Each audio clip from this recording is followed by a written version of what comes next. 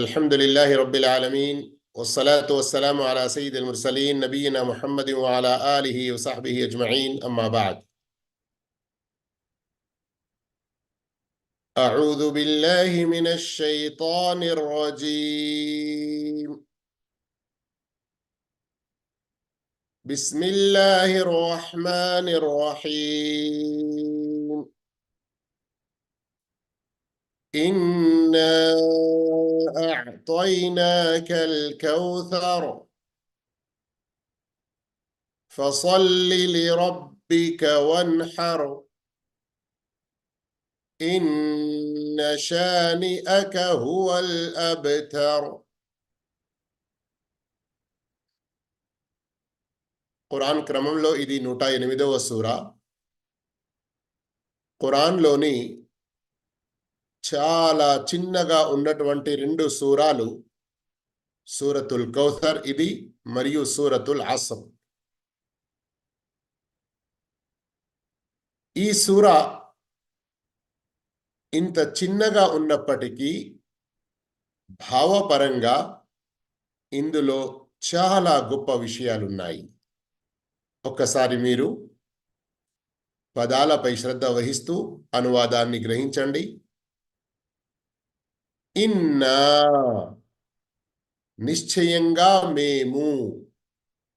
కేవలం ఇన్నా ఉంటే అలిఫ్ లేకుండా నిశ్చయంగా అవుతుంది. కానీ ఇన్నా అలిఫ్తో ఉంది. నిశ్చయంగా మేము. అతైనా క అంటే ఎదుటి వారిని ఉద్దేశించి చెప్పడం జరుగుతుంది. మీకు నొసంగ్యాము, ప్రసాదించాము. ఏంటి? అల్ కౌసర్, కౌసర్ ప్రసాదించాము. కౌసర్ అంటే ఏంటి? ఇన్షాల్లా వివరం ఇప్పుడు వింటారు కొంతసేపట్లోనే. మేము మీకు కౌసర్ ప్రసాదించాము, మేము నీకు కౌసర్ ప్రసాదించాము. ఫ కనుక, కాబట్టి. సొల్లి, నమాజు చెయ్యి. ఎవరి కొరకు నమాజు చెయ్యి? లిరబ్బిక్, నీ ప్రభువు కోసమే. ఏ ప్రభు అయితే నీకు కౌసర్ అనుగ్రహించాడో ఆ ప్రభువు కొరకే నీవు నమాజు చెయ్యి. వన్హర్, మరియు కుర్బానీ ఇవ్వు. ఇన్న, నిశ్చయంగా. దీనినే ముమ్మాటికి అని ఇక్కడ అనువాదం చేయడం జరిగింది. ముమ్మాటికి, నిశ్చయంగా, ఏ సందేహం లేకుండా. షాని అక, నీ శత్రువు, నీ శత్రువుడే, నీ శత్రువే. హువల్ అబ్తర్, అతడే. హువ, అతడే. అల్ అబ్తర్, అబ్తర్ యొక్క శాబ్దిక భావం తోక లేనిది. అయితే ఇక్కడ ఏంటి? నామరూపాలు లేకుండా పోయేవాడు. నీ శత్రువే నామరూపాలు లేకుండా పోయేవాడు. ఈ సూర ఇంత చిన్నగా అయినప్పటికీ దీని గురించి ఎన్నో హదీసులు వచ్చి ఉన్నాయి. ఇందులో చెప్పబడిన చాలా సంగ్రహముగా, సంక్షిప్తముగా చెప్పబడిన విషయాల గురించి ఎన్నో హదీసులు ఉన్నాయి. వాటి సారాంశంతో పాటు, దీని వ్యాఖ్యానంతో పాటు, ఈ సూర యొక్క వ్యాఖ్యానంతో పాటు మనకున్న కొన్ని బోధనలు మనం గ్రహించే ప్రయత్నం చేస్తాము. సహీ ముస్లింలో ఒక హదీస్ వస్తుంది. ప్రవక్త సల్లల్లాహు అలైహి వసల్లం ఒక సందర్భంలో సహాబాల మధ్యలో ఉన్నారు. కొంచెం అలా ఒక కునుకు మాదిరిగా, చిన్నగా ఒక కునుకు వచ్చినట్లుగా వచ్చి వెంటనే ప్రవక్త సల్లల్లాహు అలైహి వసల్లం చిరు నవ్వుతో మాతో మాట్లాడడం మొదలుపెట్టారు. అయితే ఆ చిరునవ్వును చూసి మిమ్మల్ని ఏ విషయం నవ్వించింది అని మేము అడిగితే ప్రవక్త సల్లల్లాహు అలైహి వసల్లం చెప్పారు, ఇప్పుడిప్పుడే నాపై ఒక సూర అవతరించింది, అందులో నాకు శుభవార్త ఇవ్వడం జరిగినది అని ఈ సూర యొక్క తిలావత్ చేశారు. ఎప్పుడైతే ప్రవక్త మహానీయ ముహమ్మద్ సల్లల్లాహు అలైహి వసల్లం అందరికీ తౌహీద్ దావత్ ఇవ్వడం మొదలుపెట్టారో, అటువైపు నుండి విరోధం, వ్యతిరేకత మొదలైనదో నానా రకాలుగా ప్రవక్త సల్లల్లాహు అలైహి వసల్లం వారిని హింసించేవారు. ఇంతకుముందు సూరాలలో కూడా ఈ భావాన్ని మీరు విన్నారు కదా. అయితే ఈ సూరాలో ప్రవక్త వారి శత్రువులు ప్రవక్తకు వ్యతిరేకంగా ప్రవక్తను బాధించడానికి ఎలాంటి పన్నాగాలు పన్నారు ఆ మాట యొక్క సారాంశం ఉంది. మరియు ప్రవక్తకు ఇవ్వబడినటువంటి గొప్ప శుభవార్త మరియు తృప్తి కూడా ఉంది. ఇదే తృప్తి మనలో ప్రతి ముస్లింకి సామాన్యంగా ఎక్కడెక్కడైతే ముస్లింలపై విరుచుకుపడే అటువంటి దౌర్జన్యాలు, హింసాలు గురించి వింటామో అప్పుడు ఈ సూరా ద్వారా మనకు ఒక తృప్తి, నెమ్మది కలుగుతుంది.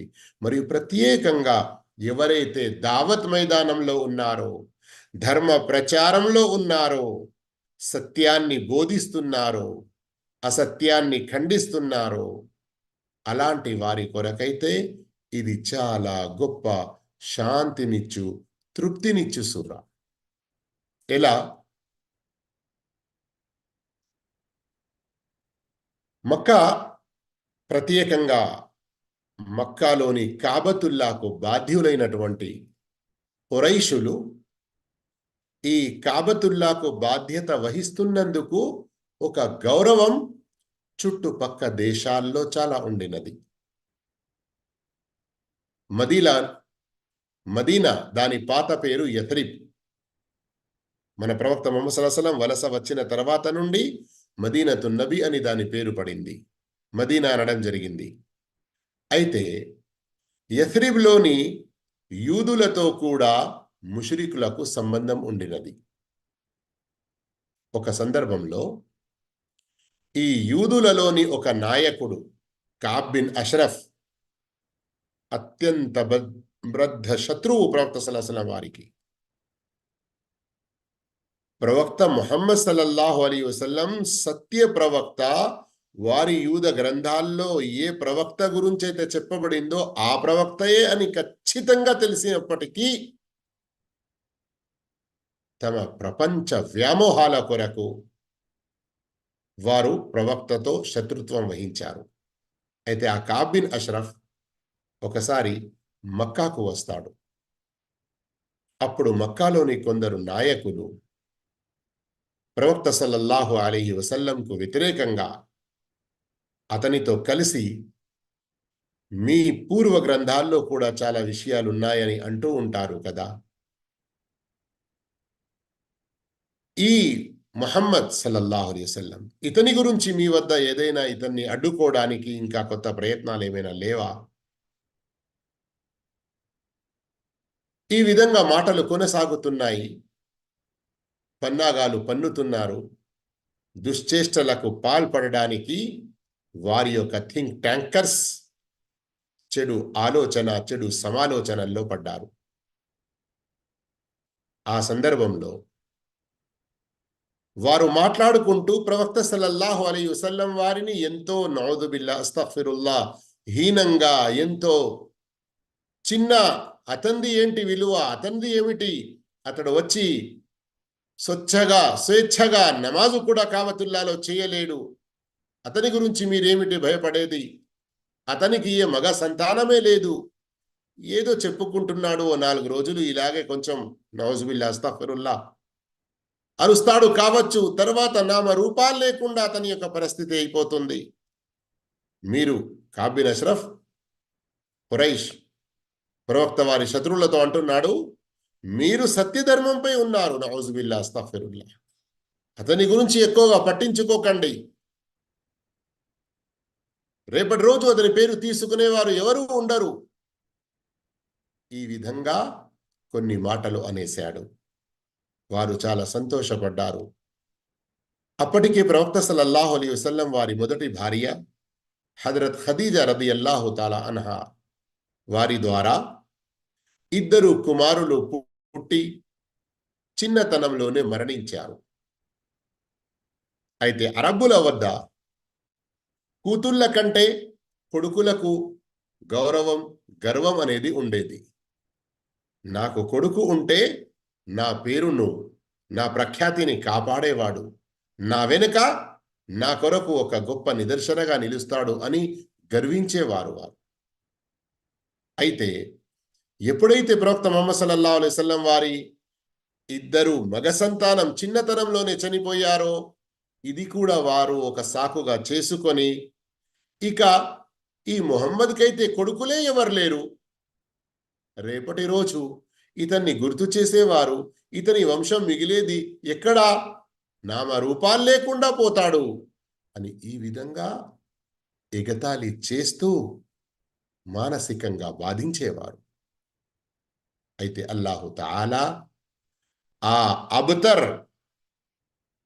అబ్తర్ అన్న పేరుతో ఇతనికి మగ సంతానమే లేదు అని ఏదైతే వారు చిన్నగా విలువ లేకుండా చెప్పుకుంటూ మాట్లాడేవారో, అక్కడ అల్లాహు తాలా ఎంత గొప్ప శుభవార్త ఇచ్చాడు. ఓ ప్రవక్త, నీకు మగ సంతానం లేనందుకు నీవు కాదు అబ్తర్, నీ శత్రువే, నీతో ద్వేషం కలిగి ఉన్నటువంటి వారే అసలైన అబ్తర్, వారే నామరూపాలు లేకుండా పోతారు. మరియు ఈ సూరాలో మన ముస్లింలకు సామాన్యంగా దాయిలకు ప్రత్యేకంగా, దాయిలు అంటే నేను ఇక్కడ ఆలింలు దాయిలు అని ఏదైతే ఒక వర్గంగా చేస్తున్నారో అలా అంటలేను నేను. ఎవరెవరైతే అల్లా యొక్క సందేశాన్ని ఇతరుల వరకు చేరవేస్తున్నానో వారిలో ప్రత్యేకంగా ఆ ఉలమాలు, ఏ ఉలమాల ద్వారానైతే ఈ లోకంలో సత్యం బోధించబడుతుందో, మరి ఎవరి ద్వారానైతే అల్లా యొక్క ధర్మ వ్యాప్తి చెందుతుందో, వారికి తృప్తి ఉండడంతో పాటు అవిశ్వాసులకు ఒక గొప్ప గుణపాఠం మరియు కొన్ని నిదర్శనాలు కూడా ఉన్నాయి. రండి ఒకసారి మనం ఆయతుల మరోసారి అనువాదంతో పాటు వ్యాఖ్యానాన్ని గ్రహించే ప్రయత్నం చేస్తాము. ఇన్నా అఅతైనాకల్ కౌసర్, నిశ్చయంగా మేము నీకు కౌసర్ని ప్రసాదించాము. ఇక్కడ మేము అని అంటే అల్లాహు తాలా, అల్లా ఏకైకుడు, ఒంటరిగా ఒక్కడు ఉన్నప్పటికీ కొన్ని సందర్భాల్లో మేము అన్నటువంటి పదం ఉపయోగిస్తాడు. దీని ద్వారా అల్లాహు తాలా తన యొక్క గొప్పతనాన్ని చాటి చెప్పుతున్నాడు. మరియు ఏ అనుగ్రహమైతే ఇస్తాడో దాని యొక్క గొప్పతనం కూడా చెప్పడం అసలు ఉద్దేశం ఉంటుంది. ఇంకా సోదర మహాశివులారా, అల్ కౌసర్ అని ఏదైతే మీరు చూస్తున్నారో, సర్వసామాన్యంగా మన ప్రాంతాల్లో కౌసర్ అని పురుషుల పేరు కూడా పెట్టుకుంటారు, స్త్రీలకు కూడా పేరు పెడతారు. అంటే కొడుకులకు కూడా కౌసర్ అని, బిడ్డలకు కూడా కౌసర్ అని పేరు పెడతారు. అయితే కౌసర్ అన్న పదం ఏదైతే ఉందో దీని యొక్క భావంలో అన్ని రకాల మేళ్ళు, మంచితనాలు వచ్చేస్తాయి. అందుకొరకే ఖైరున్ కథీర్ అని కూడా దీనిని అనువాదం చేయడం జరుగుతుంది. మరియు దీని యొక్క అనువాదంలో సరస్సు అని కూడా చేశారు. దాని వివరం కూడా ఇన్షాల్లా చెబుతాను. అయితే ఖైరున్ కథీర్, అనేక మేళ్ళు, అనేక శుభాలు. అయితే సోదర మహాశివులారా, ఈ శుభాలు, ఈ మేళ్ళు ప్రపంచపరంగా కూడా మరియు పరలోకంలో కూడా ప్రవక్త వారికి ఆ మేళ్ళు ఇహలోకంలో కూడా ఇవ్వబడ్డాయి, పరలోకంలో కూడా ఇవ్వబడ్డాయి. ఉమ్మతే ముహమ్మదియా కే ఫదాయిల్ ప్రవక్త మహానీయ ముహమ్మద్ సల్లల్లాహు అలైహి వసల్లం వారి ప్రత్యేక ఫదాయిల్ ఘనతలు, ప్రవక్తకు ఇవ్వబడినటువంటి ప్రత్యేకతలు, ఈ అంశంపై మన ధర్మవేత్తల ప్రసంగాలు విని చూడండి.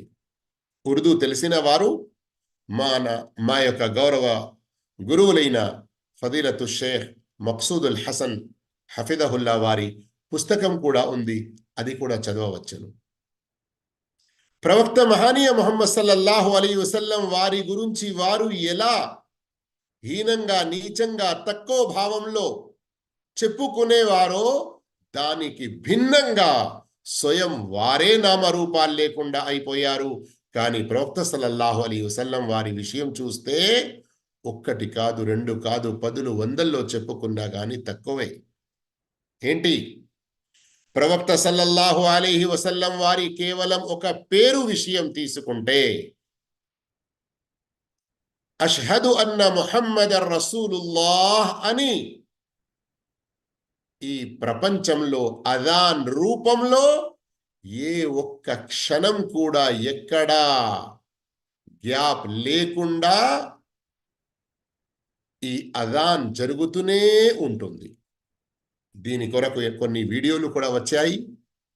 ఎక్కడ ఏ దేశంలో మొట్టమొదటిసారి, ఉదాహరణకు ఈరోజు మనం సౌదీ అరబ్లోనైతే మొదటి రోజు రమదాన్ యొక్క, మరియు రేపటి నుండి ఇండియాలో ఇంకా వేరే దేశాల్లో కూడా ఉపవాసాలు మొదలవుతాయి, రమదాన్ యొక్క ఉపవాసాలు. అయితే సోదర మహాశయులారా, ఈ సోమవారం ప్రపంచంలో మొట్టమొదటిసారిగా ఏ దేశం నుండి, ఏ నగరం నుండి, ఏ గ్రామం నుండి మొదలైనదో అక్కడి నుండి ఇక పడమర దిశలో ముందుకు సాగుతూ ఉంటే ఒక్కొక్క నిమిషం గడవక ముందే ఎక్కడో ఒక చోట అజాన్ అవుతూనే ఉంటుంది. ఒక్క అజాన్ పూర్తి కాకముందే మరో అజాన్, ఆ అజాన్ పూర్తి కాకముందే మరో, ఈ విధంగా 24 గంటలు ఈ మొత్తం ప్రపంచంలో ఎక్కడైనా అజాన్ జరుగుతూనే ఉన్నది. ప్రవక్త ముహమ్మద్ సల్లల్లాహు అలైహి వసల్లం వారి యొక్క పేరు, ప్రవక్త సల్లల్లాహు అలైహి వసల్లం వారి పేరున సాక్ష్యం అనేది ఎంత గొప్పగా చాటి చెప్పడం జరుగుతుందో గమనించండి. ఇంతటి గొప్ప ఘనత, శ్రేష్టత, ప్రత్యేకత పొందిన వారు ఇస్లాంను తిరస్కరించే వారిలో ఎవరైనా ఉన్నారా? ఒక్కసారి గమనించండి. ప్రపంచపరంగా చూసుకుంటే కేవలం, ఇంకా చెప్పాలంటే చాలా విషయాలు ఉన్నాయి. సహీహ్ హదీసులో వస్తుంది, ఉతీతు ఖమ్సన్ లం యుతహున్న నబియ్యున్ కబ్లి, నాకు 5 విషయాలు ఇవ్వబడ్డాయి, అవి నాకంటే ముందు ఏ ప్రవక్తకు ఇవ్వబడలేదు. ఇంకా ఇలాంటి ఎన్నో ఘనతలు, శ్రేష్టతలు, ప్రత్యేకతలు ఉన్నాయి. ఇక పరలోక పరంగా చూస్తే అక్కడ కూడా చాలా ఘనతలు ప్రత్యేకంగా మన ప్రవక్త ముహమ్మద్ సల్లల్లాహు అలైహి వసల్లం వారికి మరియు వారి యొక్క అనుచర సంఘానికి ఇవ్వబడ్డాయి. అన్నీ ఇప్పుడు ప్రస్తావించేటువంటి అవకాశం లేదు. కానీ అల్హమ్దులిల్లా మా జీడీకే నసీర్ యూట్యూబ్ ఛానల్ చూడండి. అందులో ఇంతకు ముందు సంవత్సరాలలో ఇలాంటి అంశాలపై ప్రత్యేకంగా కొన్ని ప్రసంగాలున్నాయి. వినండి, ఎక్కువగా జ్ఞానం పొందండి. పరలోకంలో ప్రవక్త మహానీయ ముహమ్మద్ సల్లల్లాహు అలైహి వసల్లం వారికి లభించేటువంటి ఘనతల్లో ఖైరే కతీర్, కౌసర్ యొక్క వివరణ జరుగుతుంది కదా. సమాధుల నుండి లేచి వేచిస్తూ ఉంటారు. ఎవరు? ఆదం అలైహిస్సలాం నుండి మొదలుకొని ప్రళయం వరకు వచ్చినటువంటి కోట్లాది మిలియన్ ట్రిలియన్ ప్రజలందరూ కూడా అక్కడ అల్లాహు తాలా లెక్క తీర్పు ప్రారంభించడానికి రావాలి అని నిరీక్షిస్తూ ఉంటారు. ఆ నిరీక్షణ, ఆ వేచించడం అనేది భరించక కొందరు విశ్వాసులు ఏమంటారు, మాకు నరకం తీర్పు అయినా పర్లేదు, కానీ ఇక్కడి ఈ యొక్క కఠిన సమయాన్ని మేము ఇక భరించలేము. ప్రజలందరూ ఒకరి తర్వాత మరొకరి వద్ద ఆదం అలైహిస్సలాం, నూహ్ అలైహిస్సలాం, ఇబ్రాహీం అలైహిస్సలాం, మూసా అలైహిస్సలాం, ఈసా అలైహిస్సలాం వరకు కూడా వస్తారు. మీరు సిఫారసు చేయండి, అల్లాహు తాలా మొదలు పెట్టాలి త్వరగా లెక్క తీర్పు చేయడం. కానీ ఆ సిఫారసు చేసేటువంటి అధికారం కేవలం ప్రవక్త ముహమ్మద్ సల్లల్లాహు అలైహి వసల్లం వారికి లభిస్తుంది. ఇక ఆ తర్వాత కూడా ఎన్నో సంఘటనలు అక్కడ ఉన్నాయి. వాటి ద్వారా ప్రవక్త సల్లల్లాహు అలైహి వసల్లం వారి ప్రత్యేక గౌరవం, మర్యాద కూడా మనకు తెలుస్తుంది. కానీ రండి స్వర్గానికి వస్తే, ఆదం అలైహిస్సలాం నుండి మొదలుకొని ప్రళయం వరకు వచ్చే మానవులందరిలో ఎవరెవరు స్వర్గంలో వెళ్తారని అవుతుందో వారందరిలో కూడా మొట్టమొదటిసారిగా ప్రవక్త ముహమ్మద్ సల్లల్లాహు అలైహి వసల్లం వారికే స్వర్గంలో అడుగు పెట్టేటువంటి అవకాశం లభిస్తుంది. ఇవన్నీ కూడా సహీ హదీతులతో రుజువైనవి. ఒక్కొక్కటి నేను తీసి చూపిస్తూ మీకు వినిపించే వరకు సమయం చాలా అవుతుంది. మనం ఎక్కువ విషయాలు తెలుసుకోలేకపోతున్నాము. కానీ ఎవరికైనా దలీలు కావాలంటే సాధించండి, ఇవ్వడం జరుగుతుంది, పంపడం జరుగుతుంది ఇన్షా అల్లాహ్. ఇంకా సోదర మహాశివులారా, అక్కడి ఆ వరాల్లో, అనుగ్రహాల్లో ప్రవక్తకు ఇవ్వబడే అటువంటి గొప్ప గిఫ్ట్స్ లో ఒక 2 గిఫ్టులున్నాయి. ఒకటి, ఆ మైదాని మహషర్లో స్వర్గంలో ప్రవేశించేకి ముందు ఎన్ని ఘట్టాలు, సంఘటనలు జరగనున్నాయో అక్కడ ఒకటి, ప్రవక్తలందరికీ హౌద్ ఇవ్వబడుతుంది. వారు తమ అనుచర సంఘంలోని స్వచ్ఛమైన విశ్వాసులకు, ఆ ప్రవక్తలను అనుసరించిన వారికి ఆ హౌదుల నుండి అక్కడి శుభ్రమైన నీరు త్రాపిస్తారు. అయితే వారందరిలోకెల్లా అత్యంత పెద్ద హౌద్, దాని పేరు హౌద్ కౌసర్, అది మన ప్రవక్త ముహమ్మద్ సల్లల్లాహు అలైహి వసల్లం వారికి లభిస్తుంది. మరియు స్వర్గంలో కేవలం మన ప్రవక్త సల్లల్లాహు అలైహి వసల్లం వారికి నహరే కౌసర్ లభిస్తుంది. నహరే కౌసర్ ఈ హౌదే కౌసర్ కంటే ఇంకా చాలా పెద్దగా. మరియు దీనికి సంబంధించి ఎన్నో హదీతులు వచ్చి ఉన్నాయి. మెహరాజ్లో ప్రవక్త సల్లల్లాహు అలైహి వసల్లం వారు వెళ్ళినప్పుడు కూడా ఆ హౌద్ని చూశారు. ఆ హౌద్ని ప్రవక్త సల్లల్లాహు అలైహి వసల్లం చూశారు. అయితే ఈ మొదటిది హౌదే కౌసర్ ఏదైతే ఉందో, దీని ప్రస్తావన నేను కొంచెం ప్రారంభంలోనే చెప్పినటువంటి అనస్ రదియల్లాహు తాలా అన్హు వారి ముస్లిం షరీఫ్ హదీసులో, ఇంకా వేరే ఎన్నో హదీసుల్లో వచ్చి ఉంది. ప్రవక్త సల్లల్లాహు అలైహి వసల్లం దాని గురించి చెప్పారు. అది ఎంత పెద్దగా ఉంటుందంటే అక్కడ ఉండే అటువంటి త్రాగే పాత్రల సంఖ్య ఆకాశంలో ఉండే చుక్కల మాదిరిగా ఉంటాయి. లెక్కించలేము మనము అని భావం. మరియు దాని యొక్క నీరు పాల కంటే తెల్లగా, మరియు ఆ నీటి యొక్క తీపి తేనె కంటే ఎక్కువగా, ఎంతో శుభ్రమైన నీరు. ఆ నీరు యొక్క గొప్పతనం, అందులో ఉన్నటువంటి మీరు అద్భుతం మరియు మహిమ అనండి. ఎవరైతే ఒక్కసారి ఒక్క పాత్ర, కనీసం కొన్ని గుట్కెడు నీళ్లు త్రాగుతారో మళ్ళీ స్వర్గంలో ప్రవేశించే వరకు వారికి దాహం కలగదు. అంతటి మంచి అద్భుతమైన గొప్ప నీరు. కానీ ఇక్కడ శ్రద్ధగా వినండి. నేను ముహమ్మద్ని నమ్ముతున్నాను అని అనుకునే ప్రతి ఒక్కరికి అది లభించదు.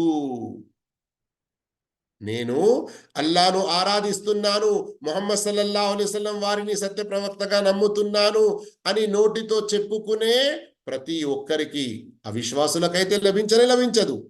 ఇక ఎవరైతే ముస్లింలుగా ఉంటారో వారిలో కూడా ప్రతి ముస్లింకి లభించదు. ఎవరికి లభిస్తుంది? ఎవరైతే తౌహీద్ మరియు సున్నత్ పై ఉంటారో, షిర్క్ చేయకుండా, బిద్అత్ చేయకుండా ఉంటారో, అలాంటి వారికే ప్రవక్త సల్లల్లాహు అలైహి వసల్లం వారి శుభ హస్తాలతో ఆ శుభ్రమైన మరియు శుభకరమైన నీరు లభిస్తుంది. హదీసులో ఏమొచ్చి ఉంది? కొందరు వస్తారు, ప్రవక్త శుభహస్తాలతో నీరు త్రాగడానికి, వారిని ఎడమ వైపునకు నెట్టేయడం జరుగుతుంది. అప్పుడు ప్రవక్త వారంటారు, నా అనుచర సమాజం వీరి యొక్క ముఖం, కాళ్ళు, చేతులు నమాజులు చేస్తూ మెరుస్తున్నాయి, వుదులు చేస్తూ మెరుస్తున్నాయి. అప్పుడు ప్రవక్త వారికి చెప్పడం జరుగుతుంది, మీ తర్వాత వీరు ఇలాంటి బిదాతులు కనుగొని ఆ బిదతులపై ఆచరిస్తూ జీవించారో, మీ సున్నతులను వదిలారో మీకు తెలియదు. అలాంటప్పుడు ప్రవక్త వారంటారు, బుఖారీ హదీస్లో వచ్చిన పదాలు, సుహ్కన్ సుహ్కన్ లిమన్ గయ్యర బాది, ఎవరైతే నా తర్వాత నా యొక్క ధర్మంలో మార్పులు చేర్పులు చేశారో, సున్నతులను కాపాడలేకపోయారో, ఆచరించలేదో, బిదాతులను ఆచరించారో, అలాంటి వారికి దూరమవుగాక, వాళ్లను ఎడమ వైపున ఏదైతే నెట్టివేయడం జరిగిందో వెళ్ళనివ్వండి, ఇక నాకు అలాంటి వారి అవసరం లేదు అంటారు. గమనించారా? అందుకొరకు సోదర మహాశివులారా, అల్లాహు తఆలాతో మనం తౌహీద్ సున్నత్పై స్థిరంగా ఉండే కొరకు దువాలు చేస్తూ ఉండాలి. ఆ తర్వాత అల్లా చెప్పాడు, ఫసల్లి లిరబ్బిక వన్హర్, నీ ప్రభువు కొరకే నీవు నమాజు చెయ్యి మరియు కుర్బానీ చెయ్యి. ఇక్కడ రెండు ఆరాధనల ప్రస్తావన వచ్చింది. ఒకటి, శారీరకంగా ఉండే ఎన్ని ఆరాధనలు ఉన్నాయో వాటన్నిట్లోకెల్లా ప్రాముఖ్యత గలది, ప్రథమైనది నమాజ్ అని దాని విషయం. మరియు ధన సంబంధమైన ఆరాధనల్లో కుర్బానీ చాలా ముఖ్యం అని ఇక్కడ తెలుపడం జరుగుతుంది. ఈ ఆయత్ ఫసల్లి లిరబ్బిక వన్హర్, ఇందులో కొన్ని బోధనలు మన కొరకు ఉన్నాయి, శ్రద్ధ వహించాలి. ఒకటేమిటి? నమాజ్ను ఎన్నటికీ వదలకూడదు. రెండవది, నమాజ్ కేవలం అల్లాహ్ కొరకు చేయాలి. మూడవది, కుర్బానీ బీదరికం పెరుగుతుంది, పిల్లల పెళ్లిల అవసరాలు ఎక్కువ ఉన్నాయి, చదువుల కొరకు ఖర్చు కావాలి అని కుర్బానీని ఆపేసి దాని డబ్బులు ఇక్కడ ఖర్చు పెట్టండి అని ఏదైతే కొందరు తప్పుడు మార్గంలో పడతారో అలాంటి వారి మాటలు వినకూడదు. కుర్బానీ ఈదుల్ అద్హా సందర్భంలో ఇవ్వాలి. మరియు అల్లా తప్ప వేరే ఎక్కడెక్కడ ఏ కుర్బానీలు, ఏ రిబాలు దర్గాల వద్ద, చెట్ల వద్ద, గోరీల వద్ద, సమాధుల వద్ద, బాబాల వద్ద ఏవేవి జరుగుతున్నాయో అవన్నీ కూడా షిర్క్. ఎలాగైతే నమాజ్ కేవలం అల్లాహ్ కొరకు ఉందో అలాగే కుర్బానీ కూడా కేవలం అల్లాహ్ కొరకు ఉండాలి. ఈ ఆయతు ద్వారా ధర్మవేత్తలు మరొక విషయం ప్రస్తావించారు. అదేమిటంటే, ఈదుల్ అద్హా సందర్భంలో ముందు నమాజ్ చేయాలి. ఫసల్లి లిరబ్బిక్ అల్లా అన్నాడు, వన్హర్ తర్వాత అన్నాడు, అందుకొరకే కుర్బానీ తర్వాత జరగాలి. ఇక సూరతుల్ అలాలో ఖద్ అఫ్లహ మన్ తజక్కా వదకర స్మ రబ్బిహి ఫసల్లా అని ఏదైతే ఉందో దాని ద్వారా ఈదుల్ ఫిత్ర్లో ముందు సదకా ఫిత్ర్ ఇవ్వాలి, జకాతుల్ ఫిత్ర్ ఇవ్వాలి, తర్వాత పండుగ నమాజు చెయ్యాలి అన్నటువంటి ప్రస్తావన ఉంది అని అంటారు. సోదర మహాశయులారా, ఈ ఆయతు ద్వారా బోధపడే మరొక గొప్ప విషయం ఏమిటంటే, ప్రవక్తకు అల్లాహు తఆలా అతి గొప్ప వరం కౌసర్, ఇహలోకపు లాభాలు, ఇహలోకపు ఎన్నో రకాల మేళ్లు, అంతకంటే గొప్పవి పరలోక మేళ్లు ప్రసాదిస్తూ ఏమంటున్నాడు, వీటికి కృతజ్ఞతగా నీవు నీ శారీరక సంబంధమైన అన్ని ఆరాధనలు కేవలం అల్లాహ్ కొరకు చేయు, నీ ధన సంబంధమైన అన్ని ఆరాధనలు కేవలం అల్లాహ్ కొరకు చేయు. అలాంటప్పుడు మనం ఈ రోజుల్లో నమాజు చేస్తలేము.